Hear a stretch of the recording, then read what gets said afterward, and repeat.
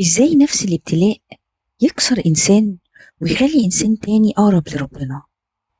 ممكن عشان الفرق مش في اللي حصل، الفرق في الطريقة اللي شاف بيها اللي حصل. ممكن تبقى دلوقتي حاسس ان كل حاجة متلخبطة، وتبص حوالين نفسك وتحس ان كل الناس ماشية الا انت. تأخير، ضغط، خوف، او حاجة كنت مستنيها جدا وما حصلتش. ولما تبص للأحداث من جوه الدوامة كل حاجة بتبقى تقيلة ومش مفهومة. لكن الغريب إن القرآن دايما بياخدك لفوق، مش بعيد عن الحياة لكن فوق الزحمة شوية.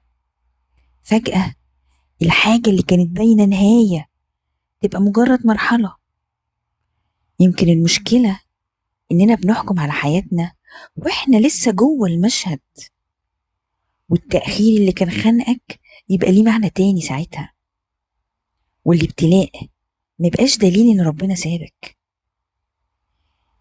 يمكن عشان القرآن مش بس بيحكي لك إيه اللي حصل، هو بيعلمك إزاي تشوف اللي حصل.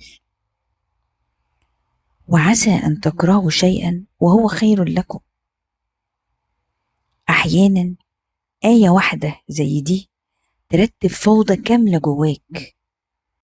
عشان كده في ناس وسط أصعب الأيام مطمئنة، مش لأن حياتهم سهلة لكن لأنهم واثقين إن في رب شايف الصورة كاملة.